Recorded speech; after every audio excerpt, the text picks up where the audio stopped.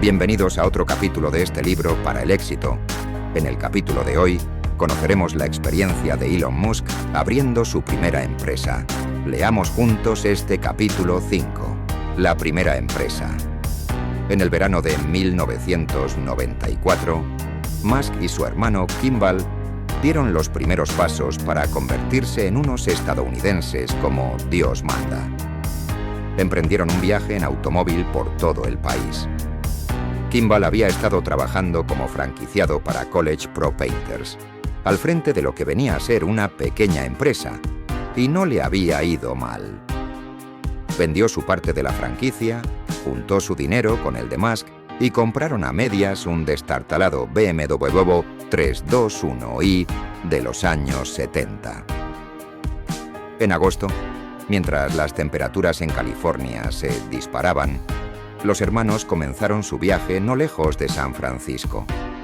La primera parte del trayecto los llevó a Needles, una ciudad en el desierto de Mojave.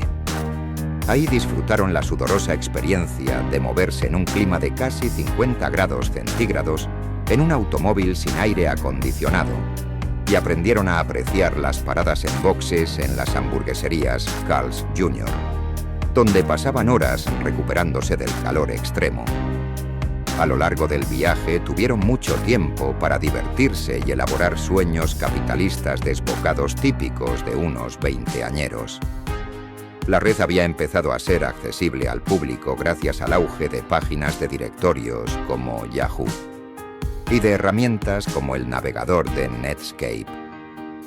Sentían afinidad por Internet y pensaron que no estaría mal crear juntos una empresa que hiciera algo en la red. Desde California hasta Colorado, Wyoming, Dakota del Sur, Illinois, se turnaron para conducir, fantasear sobre proyectos y decir gilipolleces antes de poner rumbo al este, donde Musk debía continuar en otoño sus estudios universitarios. La mejor idea que se les ocurrió en el viaje fue crear en Internet una red profesional para médicos. No era algo tan ambicioso como los historiales médicos electrónicos, sino más bien un sistema para que los médicos intercambiasen información y colaborasen entre sí. Parecía que la industria médica era un campo que ofrecía posibilidades. Recuerda Kimball. Me puse a trabajar en un plan de negocio y más adelante me dediqué a estudiar la parte de ventas y marketing, pero no cuajó. No era un campo que nos interesase de verdad. Musk había pasado la primera parte del verano en Silicon Valley, trabajando en prácticas en dos sitios. Por las mañanas, en el Pinnacle Research Institute, una empresa con sede en Los Gatos. Los inicios de Pinnacle fueron muy sonados. Disponía de un equipo de científicos que exploraban formas de utilizar los ultracondensadores como una revolucionaria fuente de combustible en los vehículos eléctricos e híbridos. El trabajo también se desarrollaba, al menos conceptualmente, en un territorio más extraño. Musk podía hablar largo y tendido sobre el empleo de ultracondensadores para fabricar armas láser al estilo de La Guerra de las Galaxias y de casi todas las películas futuristas. Las pistolas láser lanzarían intensos disparos de energía, y luego el tirador reemplazaría el ultracondensador en la base de la pistola como quien cambia un cargador de munición convencional y volvería a disparar. Los ultracondensadores también parecían prometedores como fuente de alimentación en los misiles. Eran más resistentes que las baterías a las tensiones mecánicas del lanzamiento, y su carga se mantenía más estable durante largos periodos de tiempo. Musk se enamoró del trabajo que desarrolló en Pinnacle y comenzó a utilizarlo como base para algunos de sus planes de negocios experimentales en Pensilvania y también en sus fantasías industriales. Por las tardes, Musk se dirigía a Rocket Science Games, una compañía de reciente creación con sede en Palo Alto que quería desarrollar los videojuegos más avanzados jamás vistos, prescindiendo de los tradicionales cartuchos de almacenamiento y utilizando en su lugar discos compactos, capaces de albergar más información. En teoría, los discos les permitirían dotar a los juegos de la calidad narrativa y de los valores de producción de las películas de Hollywood. Para cumplir aquel objetivo reunieron a un equipo de estrellas en ciernes, una mezcla de ingenieros y gente del cine. Tony Fadell, que más adelante sería el responsable de muchos de los avances del iPod y del iPhone de Apple, trabajaba en Rocket Science, al igual que la gente que desarrolló para Apple el software multimedia QuickTime. El equipo contaba también con personal que había trabajado en los efectos originales de Star Wars, creados por Industrial Light and Magic, o confeccionado juegos en LucasArts Entertainment. Gracias a Rocket Science, Musk se hizo una idea de lo que podía ofrecer Silicon Valley, tanto desde el punto de vista del talento como desde el de la cultura empresarial. Había personas que se pasaban en la oficina las 24 horas del día y que no veían nada extraño en que Musk se presentase hacia las 5 de la tarde para iniciar su segundo trabajo. Lo trajimos para que escribiera algo de código de bajo nivel. Recuerda Peter Barrett, un ingeniero australiano que ayudó a poner en pie la empresa. Era un tipo absolutamente imperturbable. Al cabo de poco tiempo, no creo que nadie le diera ninguna directriz y terminó haciendo lo que le daba la gana. En concreto, le habían pedido a Musk que escribiese los drivers con los que los joysticks y los ratones se comunicarían con los ordenadores y los juegos. Los drivers son esos archivos tan molestos que hay que instalar para que la impresora o la cámara conectada al ordenador funcione. Y escribirlos es un trabajo duro y rutinario.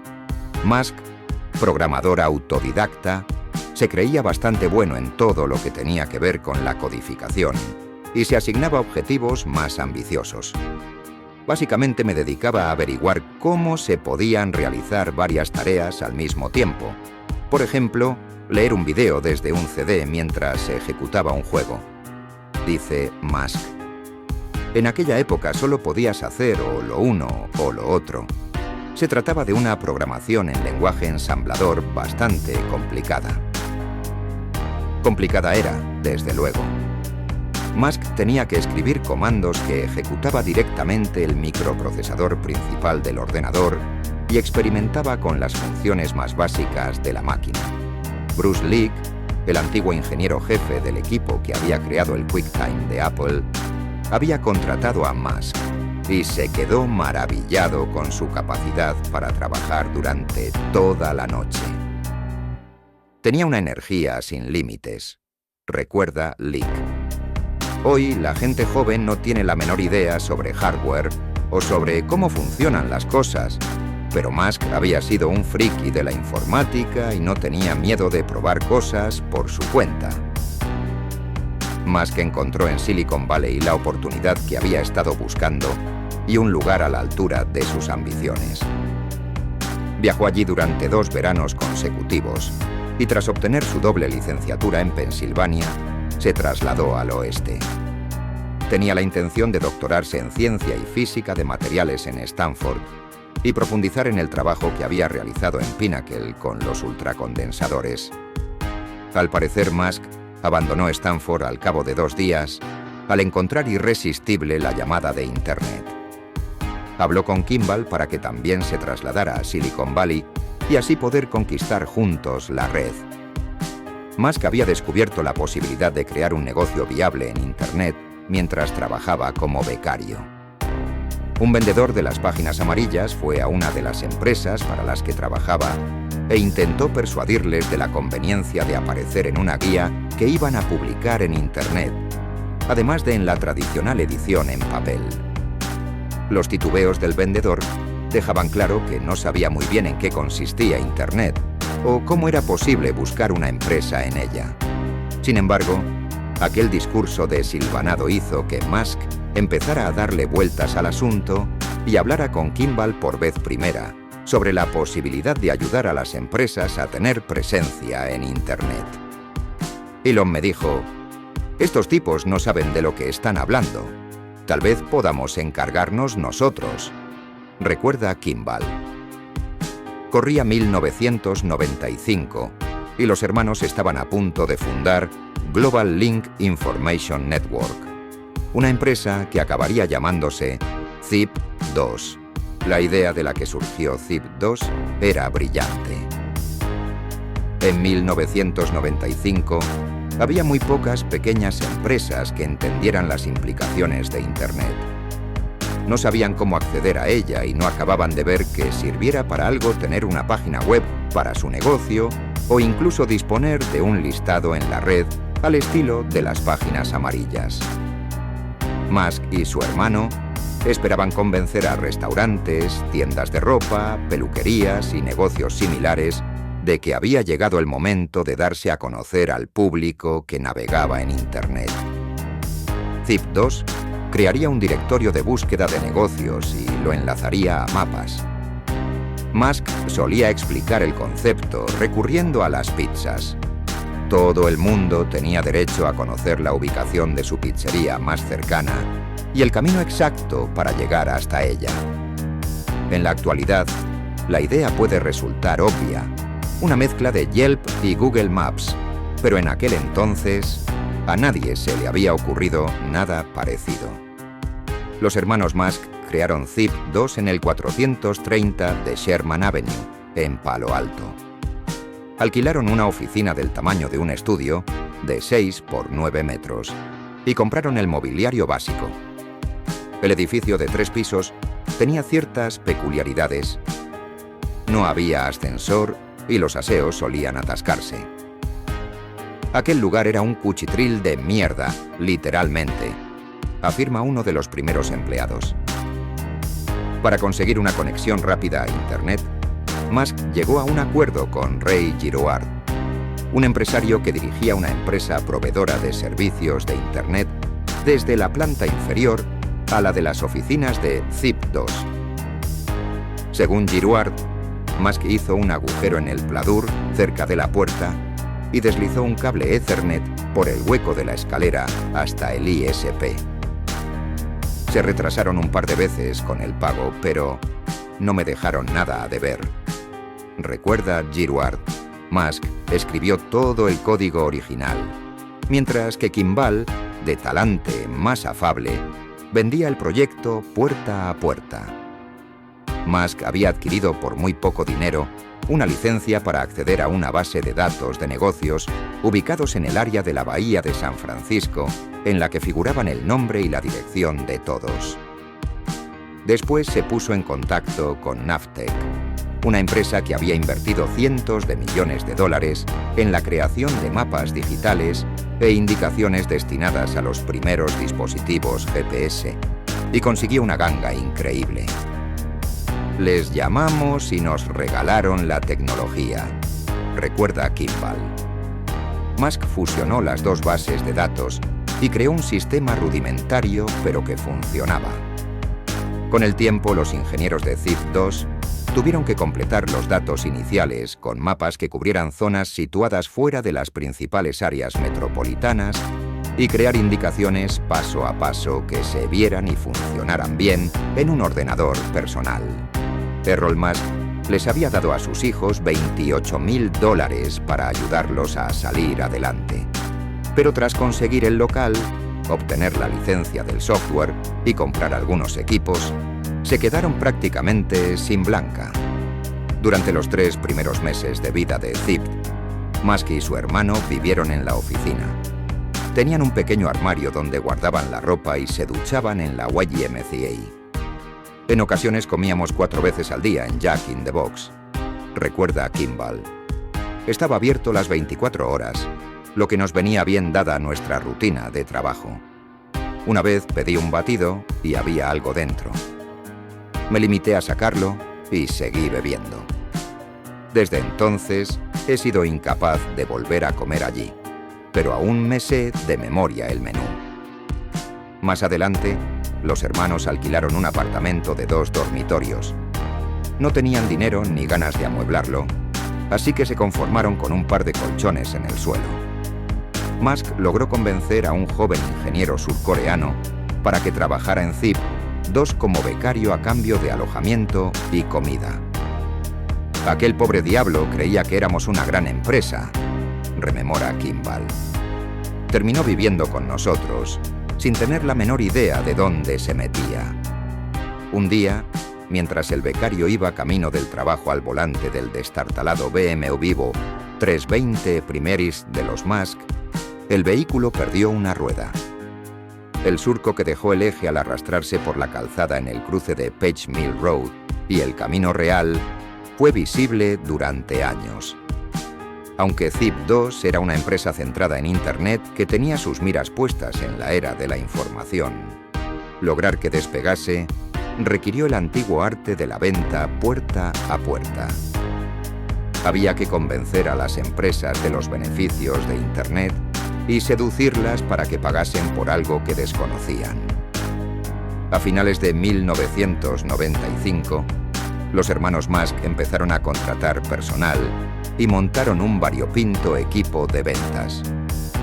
Jeff Heilman, un espíritu libre de 20 años que trataba de averiguar qué hacer con su vida, fue uno de los primeros reclutas de Zip2. Un día se había quedado con su padre ante el televisor hasta altas horas de la noche y vio en un anuncio una dirección web impresa en la parte inferior de la pantalla.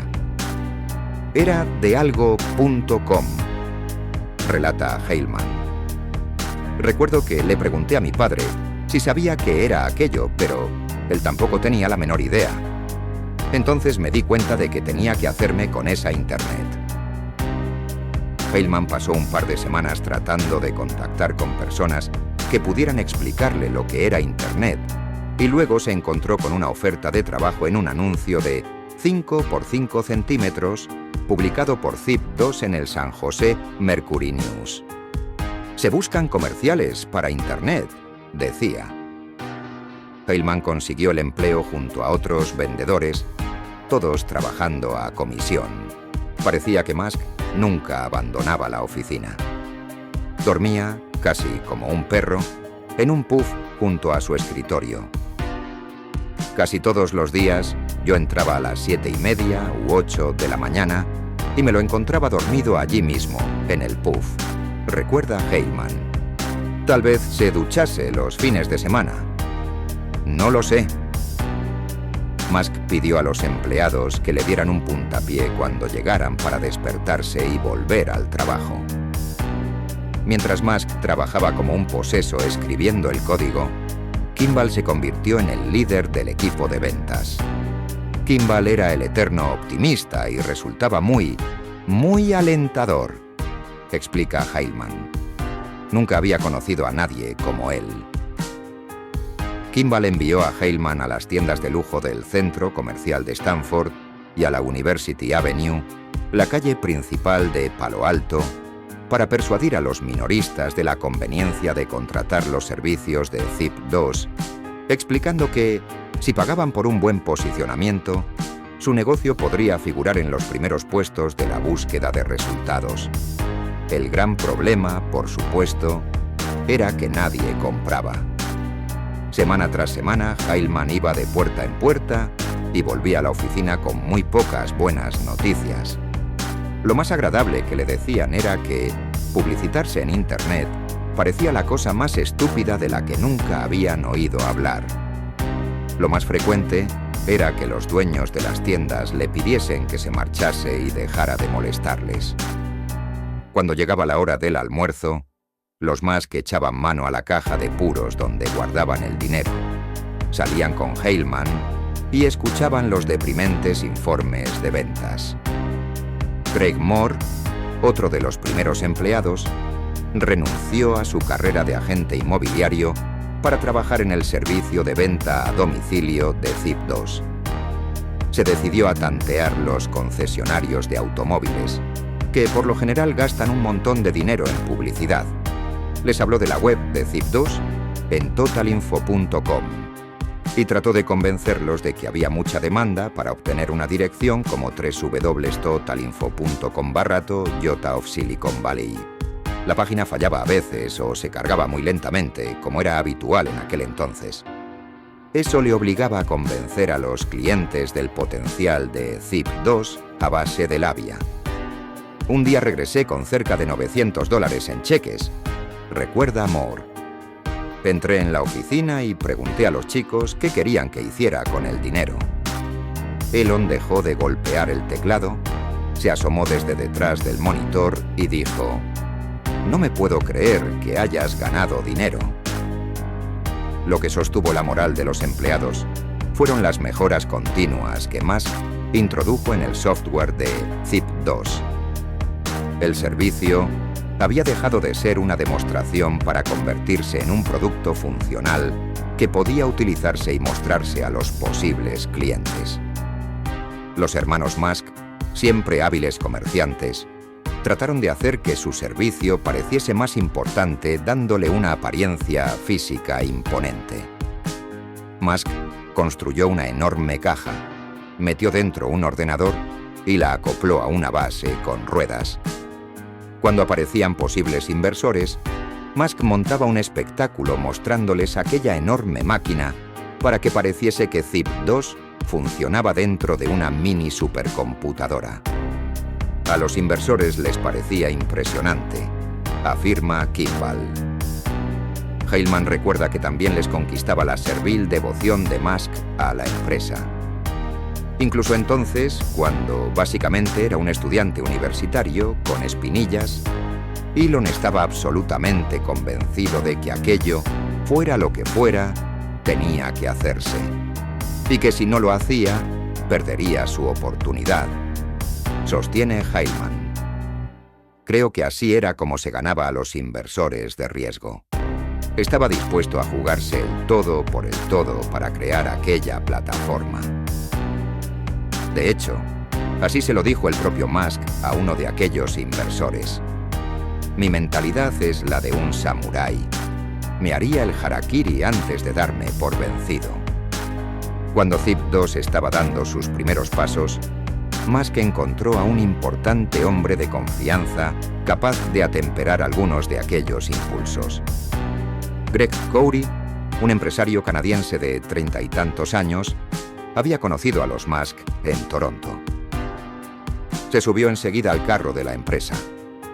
Una mañana, los hermanos se presentaron en la puerta de su casa y le dijeron que iban a marcharse a California para tratar de sacar adelante el negocio. Enfundado en su albornoz rojo, Cory entró en su casa, estuvo rebuscando durante un par de minutos y regresó con un fajo de $6,000. A principios de 1996, se trasladó a California y se unió a Zip2 como cofundador. Cory, que se había dedicado al negocio de la venta inmobiliaria, tenía experiencia empresarial y sabía calar a la gente, e hizo las veces de supervisión adulta de Zip2. Tenía el don de calmar a Musk y terminó convirtiéndose en una especie de mentor. A veces, las personas sumamente inteligentes no entienden que no todo el mundo puede estar a su altura o ir tan rápido como ellos, dice Derek Prudian, un inversor de riesgo que se convertiría en el director ejecutivo de Zip2. Greg es una de las pocas personas a las que Elon escuchaba y sabía poner las cosas en su contexto. Cory también solía hacer de árbitro cuando Elon y Kimball se enzarzaban a puñetazos en medio de la oficina. Jamás me peleo con nadie, pero ni Elon ni yo sabíamos aceptar una visión distinta de la nuestra, dice Kimball. Durante una disputa particularmente desagradable sobre una decisión relativa a la empresa, Elon se despellejó el puño y tuvo que ponerse la antitetánica. A partir de aquel momento, Cory puso fin a las peleas. Cory murió de un ataque al corazón en 2012, a la edad de 51 años, después de haber hecho una fortuna invirtiendo en las empresas de Musk. Este asistió al funeral. Le debemos mucho, dice Kimball. A principios de 1996, Zip2 experimentó un cambio radical. La firma de inversión de riesgo More Davidow Ventures se había percatado de que un par de muchachos sudafricanos intentaban confeccionar unas páginas amarillas en Internet y se reunió con los hermanos. Aunque Musk estaba un poco verde como presentador, se las arregló lo suficientemente bien al hablar de la empresa. Los inversores quedaron impresionados por su energía y Mor Davidow invirtió $3 millones. Con aquellos fondos en la mano, la empresa cambió oficialmente su nombre de Global Link a Zip2. Se trasladó a una oficina más grande en el 390 de Cambridge Avenue, en Palo Alto, y empezó a contratar a ingenieros de talento. También cambió su estrategia de negocio. En aquel momento, la empresa había creado uno de los mejores sistemas de direccionamiento de la red. Zip2 mejoraría aquella tecnología y pasaría a tener un alcance nacional en lugar de centrarse tan solo en el área de la bahía de San Francisco. Además, varió su estrategia de negocio. En lugar de vender el servicio puerta a puerta, Zip2 crearía un paquete de software que podrían adquirir los periódicos para elaborar sus propios directorios de propiedades inmobiliarias, concesionarios de automóviles y anuncios clasificados. Los periódicos habían tardado en comprender las repercusiones que Internet tendría en su negocio, y el software de Zip2 les ofrecía una forma rápida de penetrar en la red sin que tuvieran que desarrollar su propia tecnología desde cero. Por su parte, Zip2 podría perseguir a presas más grandes y sacar beneficios de una red de directorios de alcance nacional. Este cambio en el modelo de negocio y la constitución de la empresa fue un momento trascendental en la vida de Musk. Los inversores de riesgo lo situaron en el cargo de jefe del departamento de tecnología y contrataron a Rich Sorkin como director general. Sorkin había trabajado en Creative Labs, un fabricante de equipos de sonido, y había estado al frente del grupo de desarrollo empresarial de la compañía, desde donde había emprendido una serie de inversiones en empresas emergentes relacionadas con Internet. Los inversores de Zip2 lo consideraban un hombre experimentado y experto en la red. Aunque Musk aceptó el acuerdo, llegaría a lamentar la decisión de ceder el control de la empresa. Probablemente lo que más le pesaba durante todo el tiempo que trabajé con él era que había hecho un pacto con el diablo con Mor Davidow, afirma Jim Ambras, el vicedirector del departamento de ingeniería de Zip2. Elon no tenía responsabilidades operativas y quería ser director general. Ambras había trabajado en Hewlett Packard Labs y Silicon Graphics Inc., NIOIS, SGI, y ejemplificaba el talento de los fichajes realizados por Zip2 tras la llegada de la primera gran inversión de dinero. Silicon Graphics, un fabricante de ordenadores de gama alta adorado por Hollywood, era una empresa del máximo prestigio en la que trabajaba la élite de Silicon Valley. Y, sin embargo, Ambras le robó a algunos de sus ingenieros más brillantes, tentándolos con la promesa de las ganancias de Internet. Nuestros abogados recibieron una carta de SGI en la que nos decían que estábamos quitándoles a los mejores cerebros, recuerda Ambras. Elon pensó que aquello era fantástico. Aunque Musk había destacado como programador autodidacta, sus habilidades no eran tan refinadas como las de las nuevas incorporaciones. En cuanto los recién llegados echaron un vistazo al código de Zip2, empezaron a reescribir la gran mayoría del software. Algunos de aquellos cambios irritaron a Musk, pero lo cierto era que los científicos informáticos necesitaron solo una fracción de las líneas que éste había escrito para que el programa funcionara. Tenían un don para dividir los proyectos en fragmentos que podían ser modificados y depurados por separado, mientras que Musk había caído en la clásica trampa del autodidacta de escribir extensos bloques monolíticos que fallaban por razones misteriosas. Los recién llegados también aportaron al grupo de ingeniería una estructura de trabajo más depurada y plazos más realistas.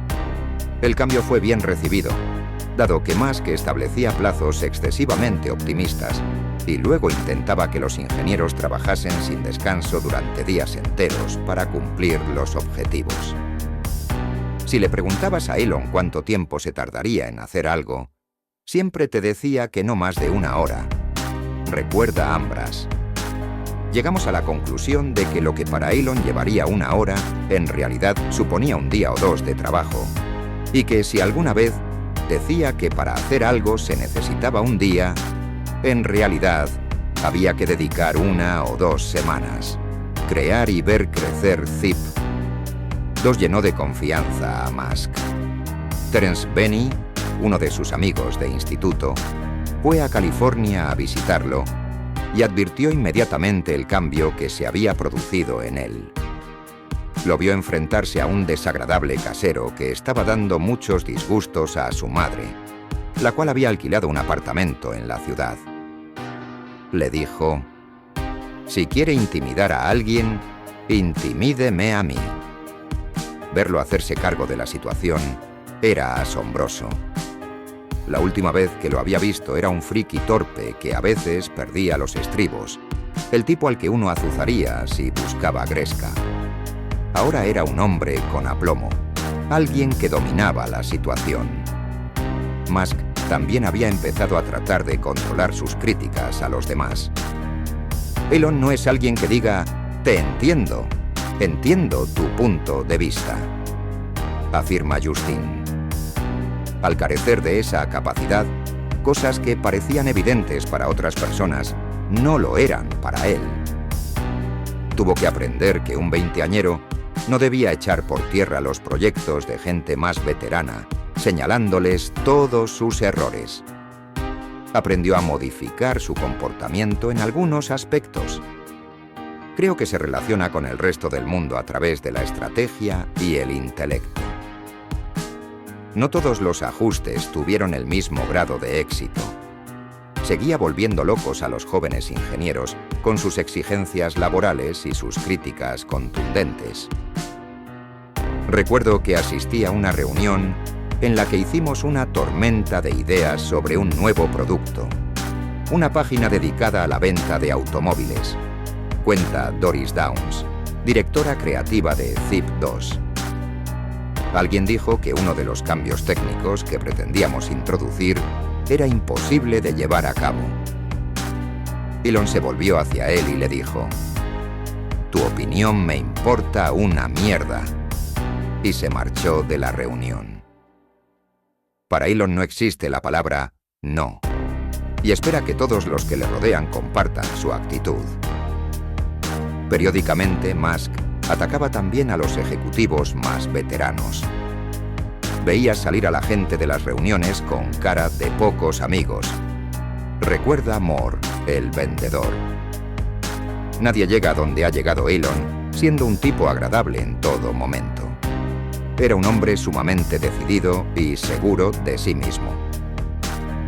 Mientras Musk trataba de adaptarse a los cambios que los inversores habían introducido en ZipSense, disfrutaba de algunas de las ventajas de contar con un fuerte apoyo financiero. Los inversores ayudaron a los hermanos Musk con sus visados. Además, les entregaron $30.000 por cabeza para que se compraran un automóvil. Musk y Kimball habían cambiado su destartalado BMW por una destartalada berlina que habían pintado a lunares con botes de spray.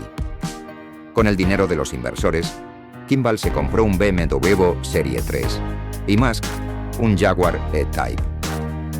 Se averiaba constantemente y solía llegar al trabajo en grúa, rememora Kimball. Pero Elon siempre ha pensado a lo grande. A modo de ejercicio para reforzar el compañerismo, Musk, Ambras y otros empleados y amigos dedicaron un fin de semana a recorrer en bicicleta la Reserva Natural de Saratoga, en las montañas de Santa Cruz. Casi todos los ciclistas se habían estado preparando y estaban acostumbrados a los esfuerzos físicos intensos y al calor del verano. Subieron las montañas a un ritmo vertiginoso. Al cabo de 1 hora, Russ Rife, el primo de Musk, llegó a la cima y se puso a vomitar. Justo detrás de él llegaron los demás ciclistas. 15 minutos más tarde apareció Musk. Tenía la cara morada y estaba empapado en sudor, pero llegó a la cima. Nunca olvidaré aquella carrera. Elon no estaba preparado en absoluto, recuerda Ambras. Cualquier otro habría tirado la toalla o habría subido caminando con su bicicleta. Cuando le vi subir los últimos 30 metros, con aquel rictus de sufrimiento, pensé, Elon es así, triunfar o morir, pero jamás rendirse. Musk siguió derrochando energía en el trabajo. Cuando algún inversor estaba a punto de llegar a la oficina, Musk reunía a sus tropas y les indicaba que hablaran por teléfono para que pareciera que estaban muy ocupados. También formó un equipo para participar en torneos de Quake, un videojuego de acción en primera persona. Competimos en uno de los primeros torneos a nivel nacional, rememora Musk. Quedamos los segundos y nos habríamos llevado el gato al agua si la máquina de uno de nuestros mejores jugadores no se hubiera averiado porque forzó demasiado la tarjeta gráfica. Ganamos unos cuantos miles de dólares. Zip2 tuvo un notable éxito cortejando a los periódicos. El New York Times, Knight Ridder, Hearst Corporation y otros propietarios de medios de comunicación se apuntaron al servicio. Algunas de estas empresas invirtieron además 50 millones de dólares adicionales en Zip2. En aquel momento habían empezado a aparecer servicios como Craigslist, que ofrecían de forma gratuita la posibilidad de publicar anuncios clasificados en Internet, y los periódicos necesitaban decidir una línea de actuación. Los periódicos sabían que Internet podía causarles problemas, y la idea era obtener contratos con todos los que fuera posible. ¿Recuerda Ambras? Buscaban anuncios clasificados y directorios de propiedades inmobiliarias, concesionarios automovilísticos y espectáculos, y podían utilizarnos como plataforma para ofrecer todos estos servicios en la red. Zip2 registró el eslogan We Power the Press. Impulsamos la prensa. Y ganó cada vez más dinero. Las oficinas de la empresa empezaron a estar tan sobrecargadas de gente que incluso hubo que colocar una de las mesas de despacho enfrente del lavabo de mujeres. En 1997, Zip2 se trasladó al número 444 de Castro Street, en Mountain View, una sede mucho más espaciosa y elegante. A Musk le irritaba que Zip2 hubiese acabado trabajando en segundo plano para los periódicos. Estaba convencido de que la empresa podía ofrecer servicios interesantes directamente a los consumidores y alentó la compra del dominio City.com con la esperanza de cambiar la situación. Pero la atracción del dinero de los medios de comunicación impulsaba a Sorkin y al Consejo de Administración a adoptar una estrategia conservadora y a relegar las consideraciones de Musk al respecto. En abril de 1998, Zip2 anunció una medida extraordinaria para sacar más partido a su estrategia: la fusión con su principal competidor, CitySearch, en un acuerdo valorado en unos 300 millones de dólares. La nueva sociedad conservaría el nombre de CitySearch y Sorkin estaría al mando. Sobre el papel, la unión se parecía mucho a una fusión entre iguales. CitySearch había construido un extenso conjunto de directorios de ciudades repartidas por todo el país. También parecía contar con excelentes equipos de ventas y marketing, el complemento ideal de los brillantes ingenieros de Zip2. La fusión se había anunciado en la prensa y parecía inevitable. Las opiniones sobre lo que sucedió a continuación son muy diversas. La logística de la situación requería que cada empresa revisara la contabilidad de la otra y determinara a qué empleados había que despedir para evitar una duplicación de funciones. El proceso planteó algunas dudas sobre la sinceridad de CitySearch a la hora de reflejar su estado financiero y molestó a algunos ejecutivos de Zip2, dado que la creación de la nueva empresa podía significar que sus puestos de trabajo podrían perder relevancia o incluso desaparecer. Una facción de ZIP-2 se inclinaba por romper el acuerdo, mientras que Sorkin exigía llegar hasta el final. Musk, que al principio se había mostrado a favor de la operación, acabó poniéndose en contra. En mayo de 1998 se canceló la fusión de las dos empresas, y la prensa no perdió la oportunidad de informar con todo lujo de detalles sobre la caótica disputa. Musk instó a la junta directiva de ZIP-2 a destituir a Sorkin y a volver a nombrarle director general de la empresa a él. La junta se negó. Al final, Musk perdió su cargo de presidente y Sorkin fue reemplazado por Derek Proudian, un inversor de capital riesgo que trabajaba con Mort Davidow.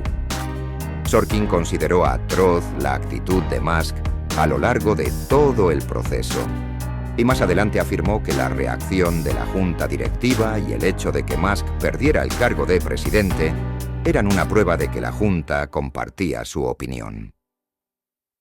Hubo una gran cantidad de reacciones y acusaciones, recuerda Proudian. Elon quería ser director general, pero le dije: «Esta es tu primera empresa. Encontremos a un comprador y ganemos algo de dinero. Así podrás crear tu segunda, tu tercera y tu cuarta empresa». Con el acuerdo roto, ZIP-2 se encontró en una difícil situación. La compañía estaba perdiendo dinero. Musk aún quería crear servicios directos para los consumidores, pero Proudian temía que aquello costase demasiado dinero. Microsoft había pasado a la acción en ese mismo mercado, y las empresas que operaban en el campo de los mapas, las propiedades inmobiliarias y los automóviles se multiplicaban. Los ingenieros de ZIP-2 estaban desanimados y preocupados por la posibilidad de no poder hacer frente a la competencia. Sin embargo, en febrero de 1999, el fabricante de computadoras Compaq Computer se ofreció a pagar $307 millones en efectivo por ZIP-2. ¿Fue un dinero caído del cielo?, afirma Ed Howe, antiguo ejecutivo de ZIP-2. La junta aceptó la oferta y la empresa alquiló un restaurante en Palo Alto y organizó una gran fiesta. Mort Davidow había multiplicado por 20 su inversión original, y Musk y Kimball se habían embolsado $22 y $15 millones respectivamente. Musk nunca se planteó la posibilidad de quedarse en Compaq. En cuanto estuvo claro que la compañía se iba a vender, Elon se centró en su próximo proyecto, sostiene Proudian. A partir de entonces, Musk lucharía por mantener el control de sus empresas y conservar el puesto de director general. Al empezar estábamos abrumados y simplemente pensábamos que aquellos tipos debían de saber lo que estaban haciendo, cuenta Kimball. Pero no lo sabían. En cuanto asumieron el control, quedó claro que no tenían una visión empresarial. Eran inversores y nos fue bien con ellos, pero la visión había desaparecido. Algunos años más tarde, después de haber tenido tiempo para reflexionar sobre la situación de ZIP-2, Musk se dio cuenta de que se podría haber bandeado mejor con los empleados. Hasta entonces no había dirigido un equipo de ninguna clase, dice Musk. Nunca había sido capitán de un equipo de deporte ni había tenido que supervisar el trabajo de nadie. Tuve que pensar, veamos, ¿qué cosas afectan al funcionamiento de un equipo? Lo primero que se presupone es que las demás personas se comportarán como tú, pero eso no es cierto. Aunque quisieran hacerlo, no cuentan con todo el trasfondo o con toda la información que tú manejas. Por lo tanto, si sé una serie de cosas y hablo con una copia de mí mismo, pero solo comunico la mitad de la información, no puedo esperar que la copia llegue a las mismas conclusiones. Tienes que preguntarte qué les va a parecer lo que les dices teniendo en cuenta la información de que disponen. Los empleados de ZIP-2 se iban a casa por la noche volvían a la empresa por la mañana y descubrían que Musk había cambiado su trabajo sin decirles nada. Además, el estilo prepotente de Musk hacía más mal que bien. Sí, contábamos con algunos ingenieros de software excelentes, pero yo era capaz de programar mucho mejor que ellos. Así que entraba y arreglaba su puto código, admite Musk. Esperar a que terminasen su trabajo me ponía de los nervios, así que arreglaba la programación de aquellos imbéciles y la hacía funcionar 5 veces más rápido. Había un tipo que escribió en la pizarra una ecuación de mecánica cuántica, una probabilidad cuántica, y se equivocó. Me puse en plan, ¿cómo es posible que escribas eso? Y se lo corregí. Después de aquello no me podía ni ver. Con el tiempo me di cuenta de que quizás solucionaba un problema, pero al precio de volver improductiva a una persona. Simplemente no era una buena manera de hacer las cosas. Musk, el pionero de Internet, demostró su valía y al mismo tiempo tuvo suerte. Se le ocurrió una buena idea, la convirtió en un servicio real y salió de la burbuja de Internet con dinero en el bolsillo, lo que era más de lo que podían decir muchos otros. Pero fue un proceso doloroso. Musk había querido ser un líder, pero a la gente que lo rodeaba le costaba verlo como director general. Por lo que a Musk respectaba, todos estaban errados, y se dispuso a demostrarlo con unos resultados todavía más espectaculares. Hasta aquí el capítulo de hoy. Si te está gustando este contenido, dale un fuerte like para continuar con esta saga y suscríbete para no perderte el próximo capítulo. Te espero en el próximo video. ¡Éxitos!